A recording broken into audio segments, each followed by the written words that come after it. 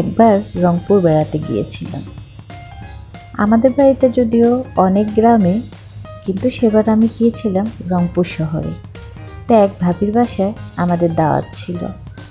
খেতে বসে প্লেটে যখন এই জিনিসটি দেখতে পেলাম, আমি আসলে ঠিক বুঝতে পারছিলাম না পাতা দিয়ে মুড়িয়ে উনি কী রান্না করেছে। কিন্তু যখন খেলাম তখন এতটা বেশি সুস্বাদু ছিল, যেটা আসলেই ভোলার মতো নয়। ভাবিকে অনেক ধন্যবাদ।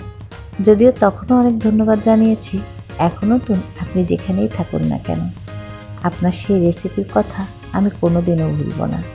তো আজকে আমি নিয়ে আসলাম ভাবির সেই রেসিপিতে লাউ পাতায় মোড়ানো শুটকির ভর্তা। এটা অনেক টেস্টি একটা খাবার। যারা শুটকি পছন্দ করেন তাদের জন্য তো বলাই বাহুল্য। তো আমি এখানে কিছু শুটকি আর শুকনো মরিচ, রসুন ভালো করে ভেজে ধুয়ে নিলাম। তারপর আমি শিলপাটায় বেটে নিয়েছি। কেউ ইচ্ছে করলে এটাকে ব্লেন্ডারেও মিহি করে বেটে নিতে পারেন। বাটাবাটির কাজ শেষ করে আমি ভর্তাগুলোকে একটি পাত্রে উঠে রাখলাম। এদিকে আমি কতগুলো লাউ পাতাকে আগে থেকেই পরিষ্কার করে ধুয়ে রেখেছি। ধোয়ার পরে পাতাগুলো অনেকটাই নরম হয়ে গিয়েছে। এখানে আমি পরিমাণ মতো শুটকির ভর্তা দিয়ে দিলাম। আমার ভর্তার পরিমাণটা অনেকটাই কম দিয়েছি, কারণ আমার ভর্তাটা একটু বেশি ঝাল হয়ে গিয়েছিল। আপনারা ঝাল কমিয়ে ভর্তার পরিমাণটা আর একটু বাড়িয়েও দিতে পারেন। তারপরে এই তো আমি পাতাটাকে ইচ্ছে মতো শেপ দিয়ে নিয়েছি।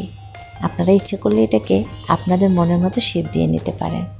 তারপর সুতা দিয়ে পাতাটাকে ভালো করে মুড়িয়ে দিলাম, যাতে করে ভাজার সময় পাতাটা খুলে না যায়। আমি একে একে সবগুলো পাতাকে মুড়িয়ে এখানে রাখলাম।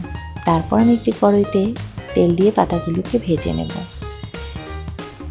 ভালো করে এপিট ওপিট ভাজি নেওয়ার পরে পাতাগুলো যখন সুন্দর একটা কালার চলে আসবে, তখনই বুঝতে হবে আপনার কাজ শেষ হয়ে গেল। এইবার খাওয়ার পালা। গরম ভাতের সাথে এই শুটকির রেসিপিটা ট্রাই করে দেখবেন।